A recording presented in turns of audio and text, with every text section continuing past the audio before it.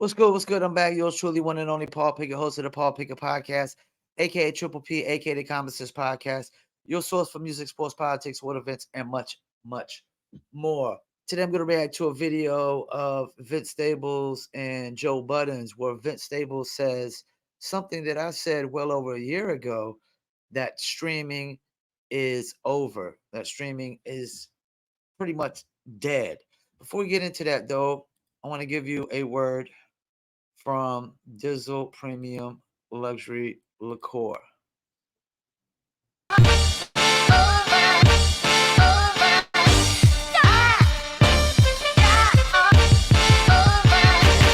Dizzle ain't no joke, got me addicted, ain't no coke. Let's just have a toast. Anybody want some smoke? Cause it's up, I be Dizzled up. Catch me sipping with my double cup. Can't just have one, you gotta double up.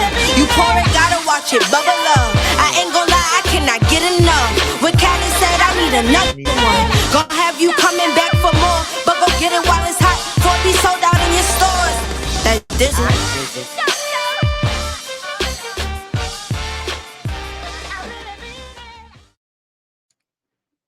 I really mean it. Dizzle is the best. It's the best alcohol and liquor I've ever tasted in my life. Everything else to me has hoodwinked and bamboozled me my whole life.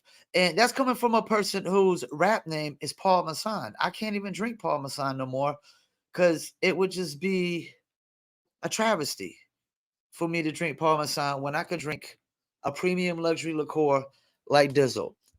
Dizzle's a mix with agave tequila, cognac, and orange liquor mango mix. Just throw your Dizzle on ice, and it's nice. If you want to order your very own bottle or bottles of Dizzle brand premium luxury liqueur, go to dizzlebrand.com. As you see, do you Dizzle, order at dizzlebrand.com. Once you hit the home page, you'll see the order online link. That'll take you to Milio's Beverage. Must be 21 and over. Shipping and handling is included. Also, you can go to our locations. If you live in California, Oklahoma, Kansas, and Arkansas, there's actual store locations on our locations. If you just scroll below, find your state, and you can find locations within your state to order Dizzle. And the Dizzle brand merch is on dizzlebrand.com as well, on a merchandise store. It's also available at etsy.com, etsy.com. Just search for Dizzle brand or go to etsy.com/shop/Dizzle brand. Also, the Dizzle brand gummies are now available at dizzlenova.com. Repeat, the new Dizzle brand gummies are now available at dizzlenova.com. Link will be in the description. And I recommend the strawberries are my favorite. Okay, let's get into this. Basically, Vince Staples reiterating something I said well over a year ago, I think. And I'm going to take it a little further after we hear what Vince Staples has to say.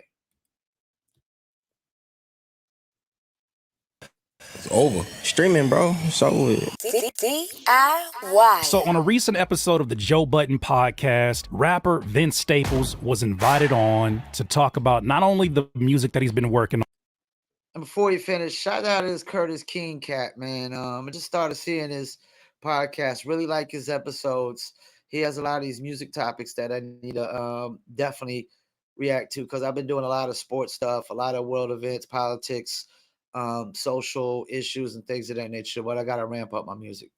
But some of his experiences within the music industry. Also, his pivot to acting and getting into movies. During this conversation, actually at the very beginning of this conversation, they start to casually talk about the current music industry as it stands. Once, I'll never do it again. Respect us. Word. You'll be respectful of such a performance staple. Nah, I like SOBs. Pun intended. If I gotta go back to SOBs, then I need to go get a job. So just to give it context, because the conversation kind of faded its way in after the intro, Vince Staples was talking to Ish about if he's going to be performing at SOBs. SOBs is a legendary venue in New York. Not the biggest venue, but it's still legendary. And his response was, I'm not playing that little ass venue. What's how many seats is in that venue? It's like 300? Yeah, Come on, something bro. like that. Something like.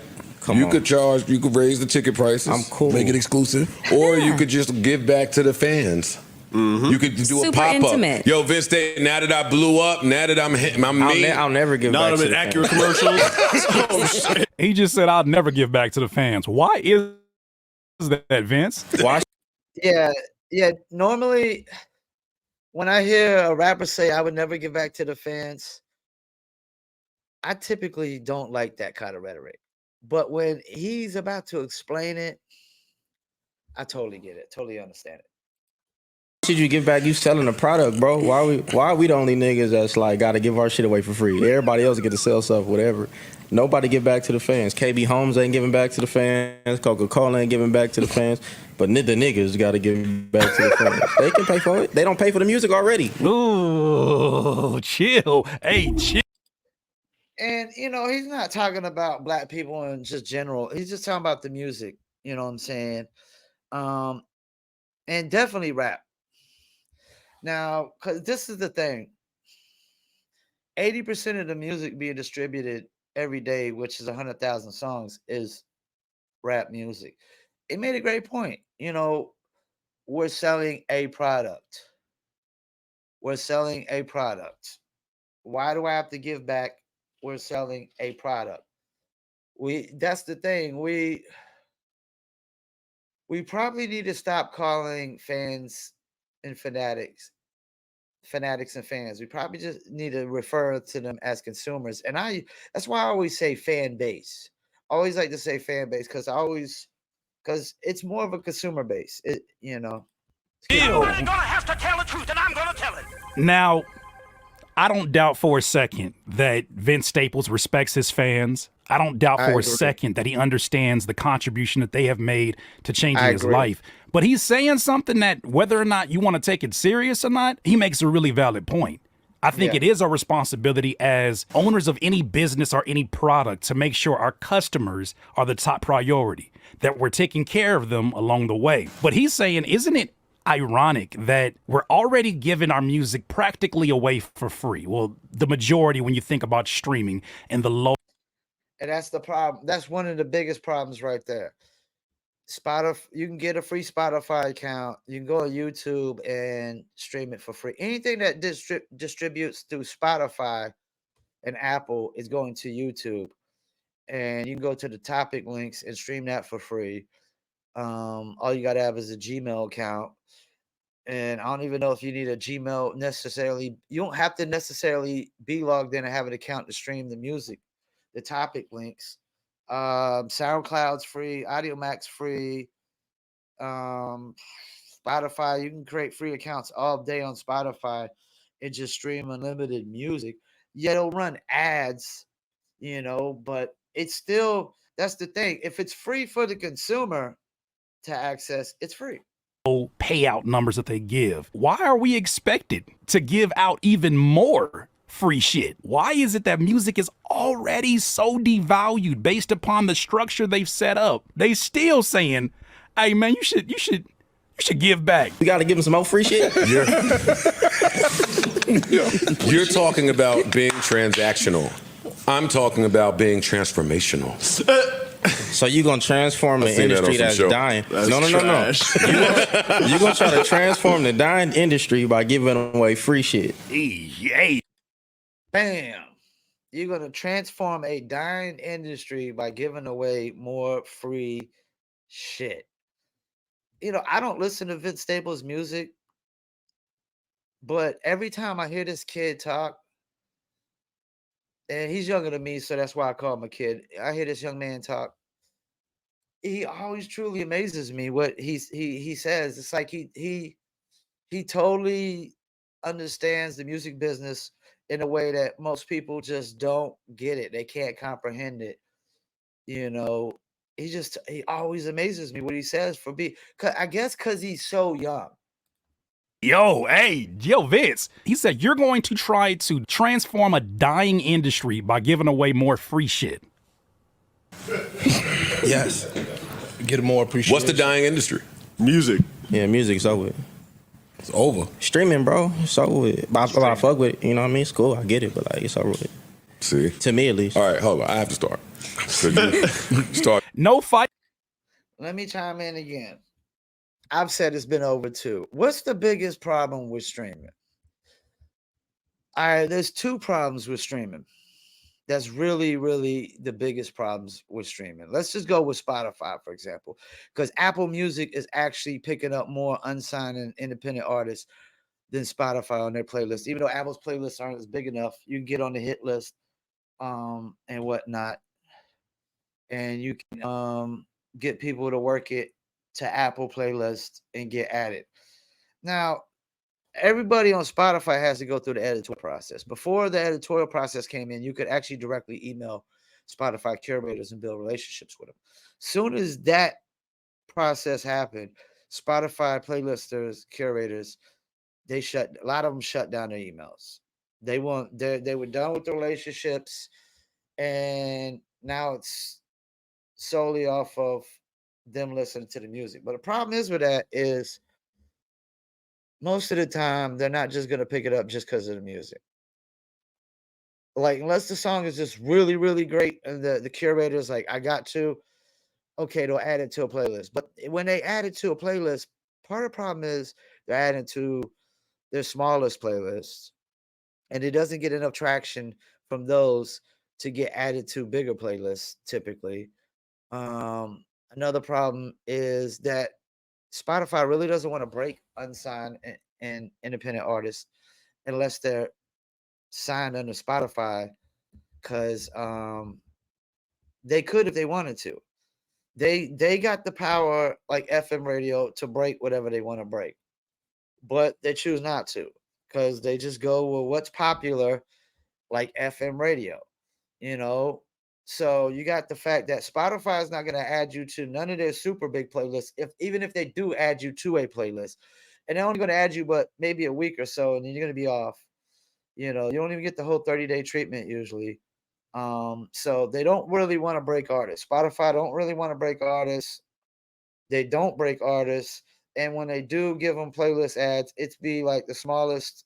Um, it'd be like a playlist that says it has 1 million followers, but they only get like 20,000 listeners. So there's that, and then there's no engagement on Spotify. You can't engage. This is the problem with streaming. Streaming is not allowing you to engage with fans. And if they were, they would add comments. All you gotta do is add comments. People to be comment on every song, and you be able to reply to the comments. But you can't do that.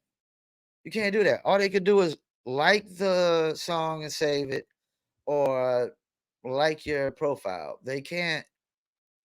There's no direct messaging.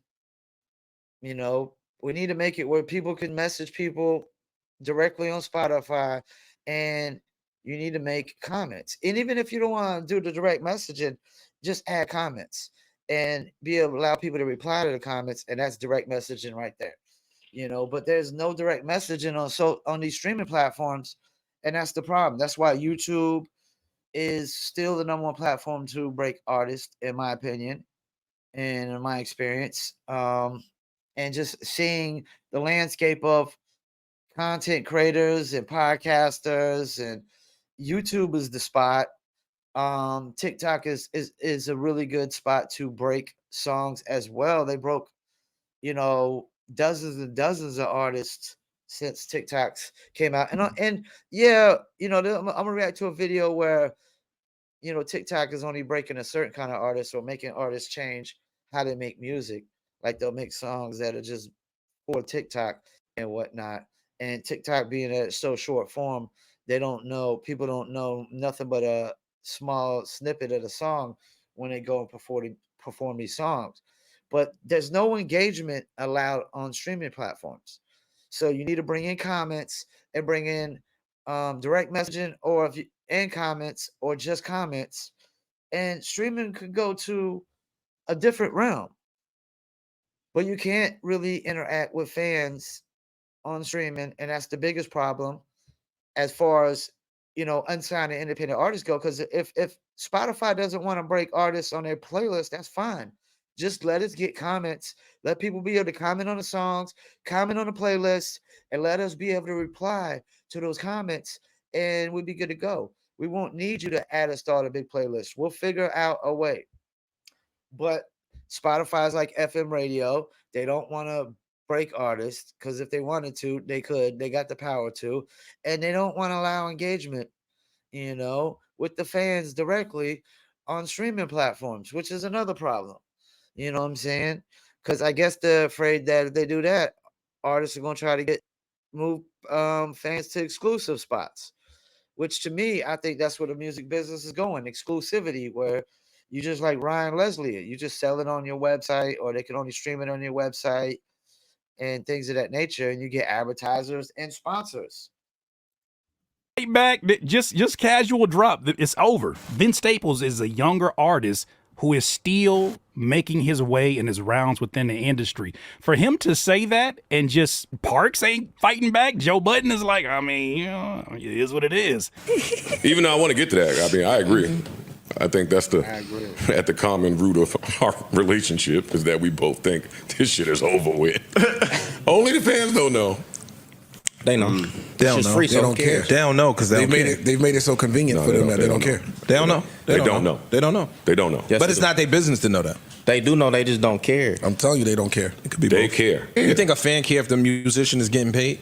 Oh no, I'm not talking about that. Oh, if music starts coming to a cease. Well, people are always gonna make music. If it becomes a regularity that your favorite artist only drops every 5 years, then I would care as a fan. Those of you that have been watching the video clips that we've been reacting to, all of it seems like it's connected by a singular thread because of the way that music pays out, because of the quantity of music that gets pushed out, and because of the quality dropping off in the process, because of even shows, concerts, where people are not getting the experience they feel like this dollar amount should pay for. People are starting to change in general. They're spending habits when it comes to rap music. He's giving two different perspectives of not just the fans, but also giving the perspective of someone who's an artist trying to generate income off of this said model. When you have an artist that has overhead that does not have a stoppage, whether or not you're releasing music or not, it's not sustainable. Music producers. Yo, and you know what? Before I'm gonna let this ad run, because I do that with all the content creators. If I react to their content, I'll let the ad run. And I agree with what he just said. Like, another big problem is there's a large increase in quantity and a large decrease in quality. So quantity is up here and quality is down here. Quality is just, it's so low right now. There's no real great music, no classic music, timeless music, feel good music. And there's this quantity of a bunch of just every beat sounding the same, every flow sounding the same, all the lyrics sounding the same over and over again in rap music and across the board. There's like a lot of industries got a lot of copycats, and a lot of industries ain't pumping out a lot of great music. It's not even just rap music. Besides Silk Sonic, I can't think of no music recently that just had me feeling really, really great and really, really good, except like Anderson .Paak and Bruno Mars. Rappers and singers, are you looking to get some constructive feedback on your newest music? Joining Critique My Beats is super easy. All you got to do is reserve a pass to critiquemybeats.com. Click on book a slot and choose if you want to get 1 beat review, 2 beat reviews on our live stream every Monday. Best beat and best song of the night is going to win a cash prize. Join us at critiquemybeats.com. Nobody has favorite artists no more though. It's like a playlist structure. And like you fans of people's lifestyles, it's like a separation point. You're not a fan of nobody really because they make music. Sure. For the most part. We don't really identify with the artist no more. Like I used to say somebody artist, I'd be like, who the fuck that? I used to be like, you know who he is. I used to play 3 or 4 songs. I'd be like, oh, that's who made that? Whereas before when we was coming up, we identified with an artist. We liked the artist. Now we just like a song. There used to be a time when, let's say the 50 Cent era, like the prime of his career, when he spoke about the abundance of music that he had in the vaults before we got Get Rich or Die Trying.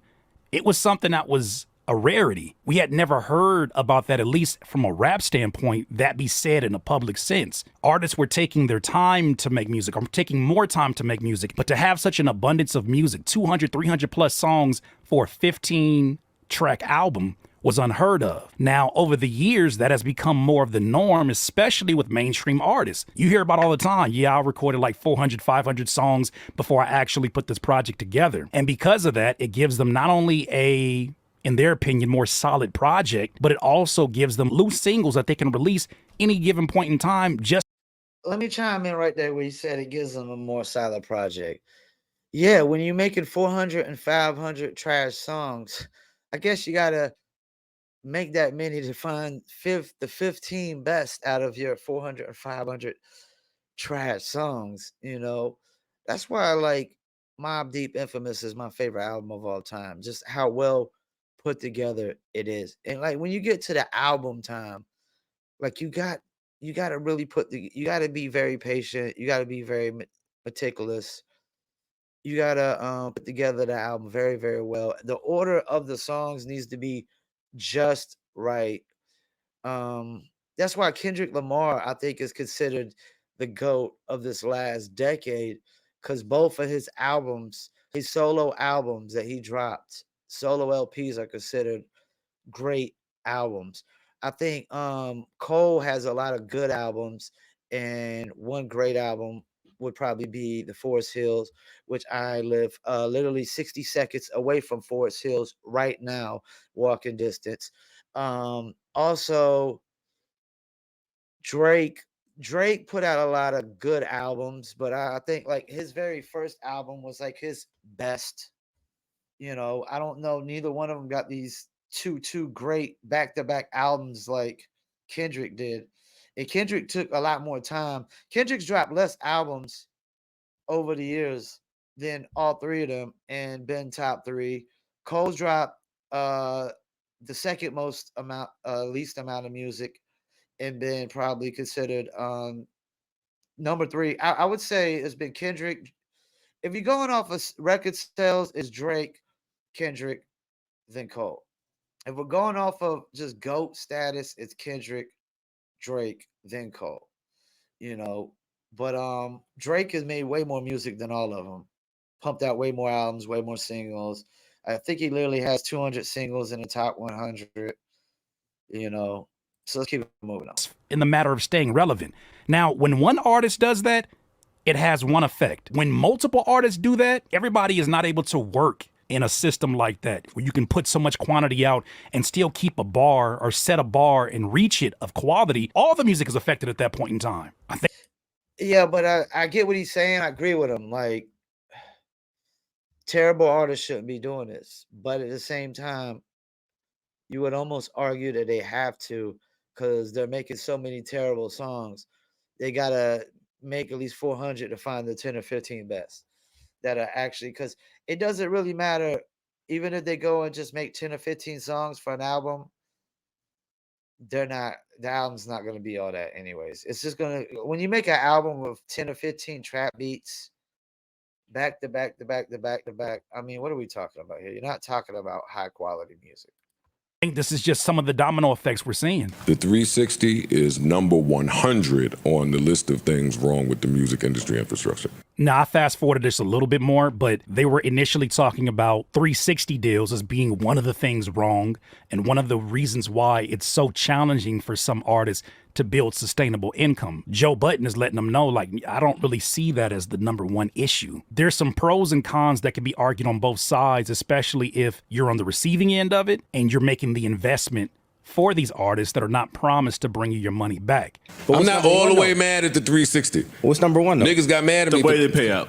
That's number one. You think so? Absolutely. Would have to be. Yes. Go, Paul. That changes generational wealth. So you don't want to talk about like the cultural implications on the shit? Because generational wealth is decent if you got, it's easy if you got decent spending habits or like an appreciation for home ownership, an appreciation for education, you know what I mean? Median home income, where I just moved from, where the average home cost is $3 million, the median home income is like 120.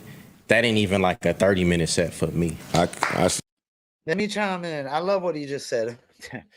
Gosh, this dude, this young man is he's so smart. Cause I had an interview recently with shouts out to Mutate God, and he kind of changed my perception on this about the streaming payouts, because the music is already free anyways. So if we're giving the music free to the consumers anyways, and then some are paying, there is a lot that are paying for premium accounts. I have a premium account as well, but there's a lot with free accounts too. So if we're already giving people the access, like that's the thing. If nobody wants to have a premium account, they can just get a free account and just have ads in between their music.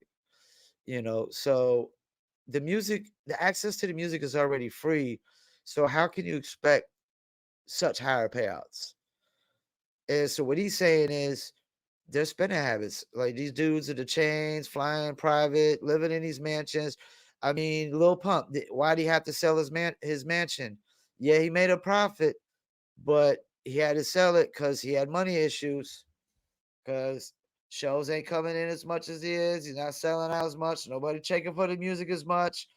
Um, yeah, like we were talking about, nowadays the music is the last thing you need to be selling as an artist. You need to sell the potato chips, the cereal, the t-shirts, the hats, the hoodies, everything else, the gummies, the cannabis, the vapes, everything else with your name on it. And also be like, oh yeah, by the way, we also got the music. Because the music is already free. It's already been devalued. When the access to it is free, why would I pay an arm, a leg, a kidney, and a liver for it? Even for the shows when the music is already free. I'm talking about now. We're not talking about 30 years ago, as we said, because it was much different. My problem is you're talking about now, and I say generational wealth, which is we need to talk about the future. That's cool that you can do that when you walk on a stage and perform. I'm talking about what happens for your grand and great grandkids when you cannot perform. Of course, but what I'm saying is, what I'm saying is generational wealth is based on setting something up. Knowledge. You can't really set something up based on how we treat people. The knowledge is next on my is right under my list. But fix the money and then we'll work on getting the knowledge. What I'm saying is culturally, we got so many bad stigmas that just fuck us. You feel me? Like, all I'm saying, bro, is if a rapper showed their fan base they starter home that cost $700,000, your career might be over. If a rapper showed a nigga their Toyota Corolla, your career might be over. Vince makes a really great point in that these mainstream rappers are put on a mainstream stage because there's money behind making them look like money, even when it ain't a whole lot of money. When that is the facade that is being marketed, when you're on posters, billboards, when you're on bus stops, everything is just looking like you got money. You're even seen in commercials. The assumption is that you got it. I don't agree that the record labels are not part of the blame for that. When they sign an artist up and they know the content that they're putting out there, at some level they got to take responsibility for whatever consequences or results happens as a result of them signing these artists. I also think that when you're pushing out a certain image of an artist that is not accurate with that artist, you're also putting a target on their back. There's a lot of artists that fall off not because they can't make fire songs. They've been doing this their whole life. There's a lot of artists that can't make it because they got no more money to run through. And on top of that, they've already accumulated enough debt just from the predatory loan. Just to make it look like it's some shit, they had to go through a whole lot of money. I think it's important that both sides at some point take blame if this is indeed the beginning of the end of the industry. Why y'all always say y'all been Let me chime in what he just said about the labels.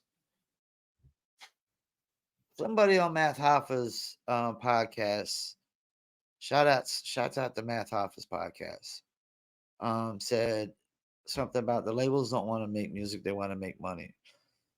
So knowing that they don't consciously care about what the music sounds like, how accountable can we hold them?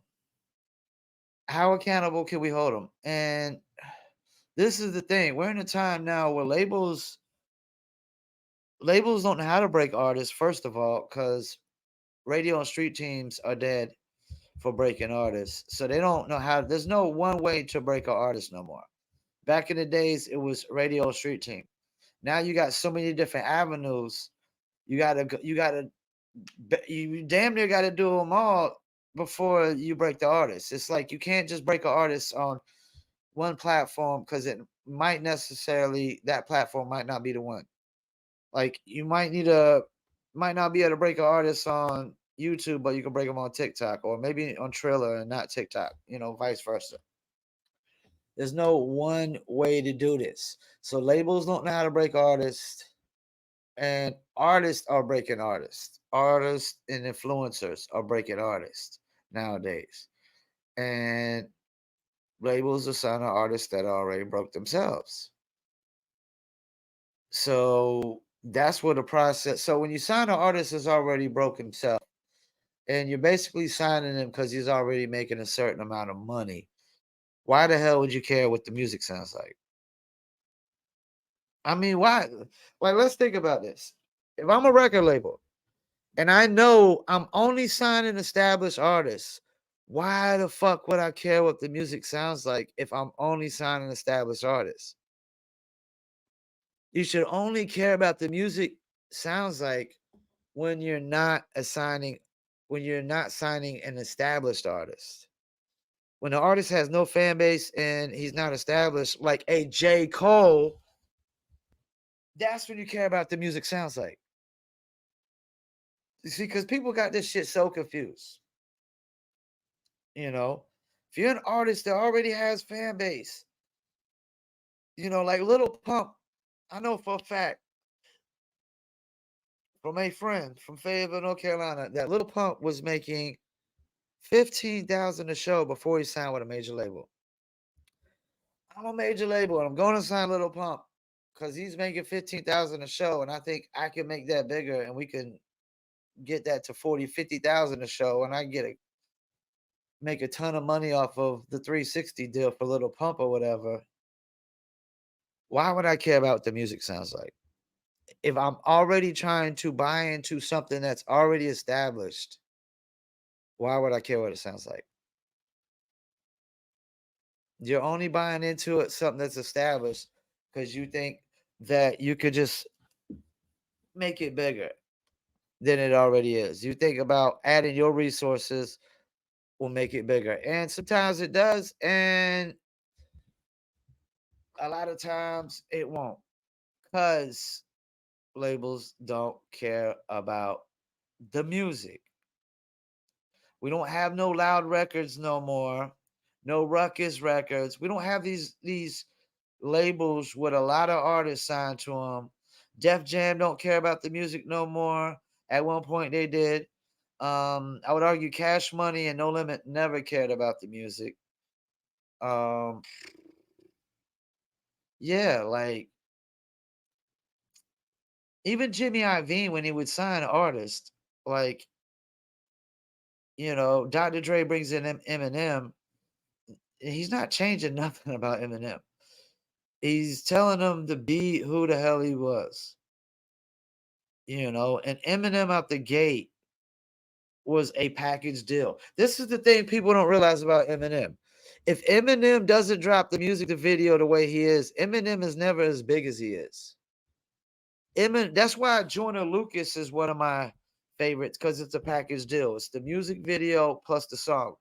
Like, you can't totally appreciate Eminem's music without the early music videos. Nowadays it's not so much, because he's changed his whole rhyme pattern, the production, his content isn't so out there like it used to be. Hi kids, you like violence? You want to see me stick 9-inch nails between my eyelids? He's not on that no more.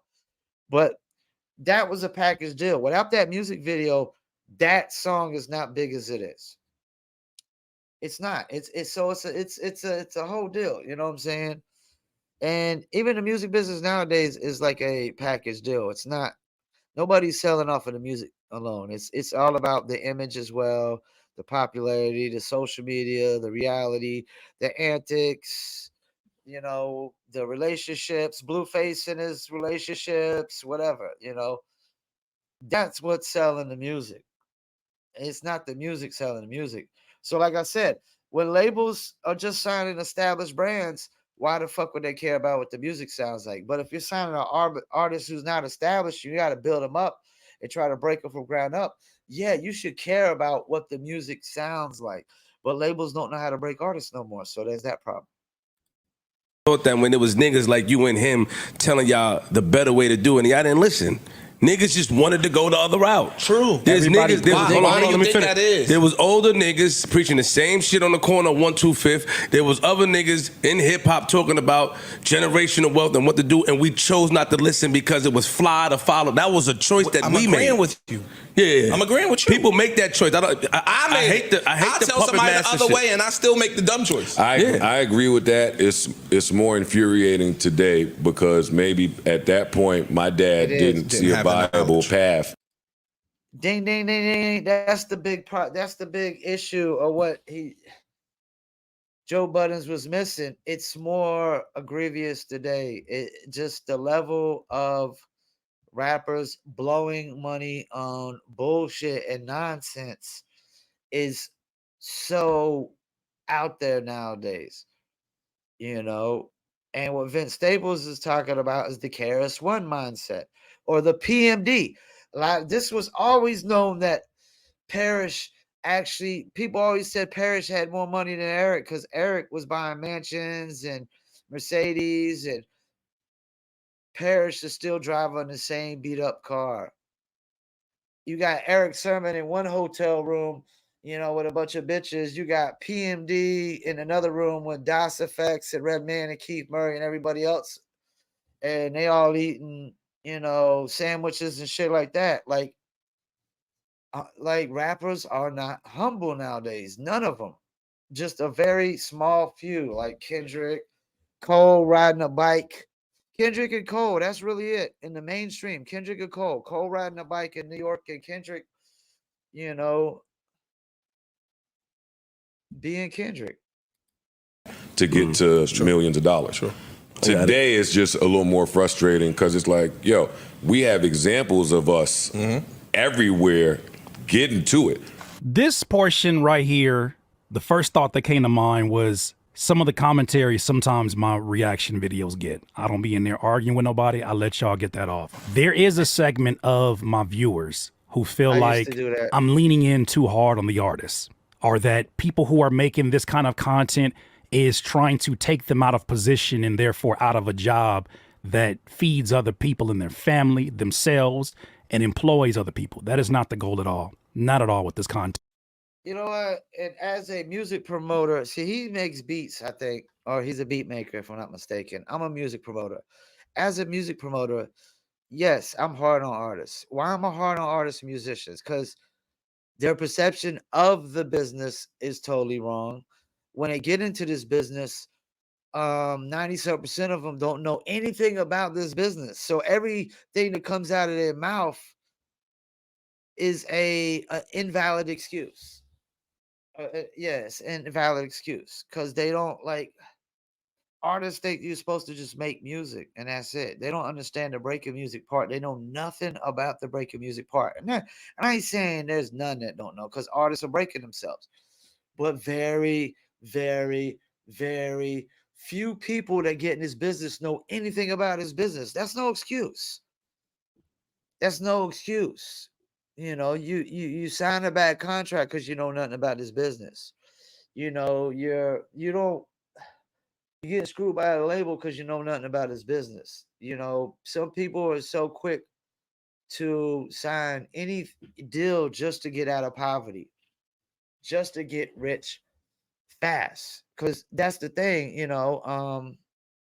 Most people that are trying to make it in the music business don't really want to go through the real process, the length of the process, the full process. They think there's some way that you could just skip out steps in the process and just get to the record deal. You know, what if I do this? What if I just buy some followers or I just buy some plays? Okay. You still need fan base. You still need consumer base. And I pretty much heard enough on this one. I like what Vince Staples is saying, and I've been saying streaming isn't going to last too long unless it makes some changes. If they don't bring in engagement into streaming, and they just need to bring in comments, let people comment on songs, comment on playlists, comment on artists. Yeah, just to comment on the songs and comment on playlists, or comment on not even playlists. Just let people be able to comment on songs, and let anybody be able to reply to those comments on Spotify. And I think Spotify will be something even better that, it could be something amazing. But right now, it's no different than FM radio. Spotify is no different than FM radio. That's facts. They don't want to break artists. They're not looking to break artists. They have the power to break artists with all the playlists they have.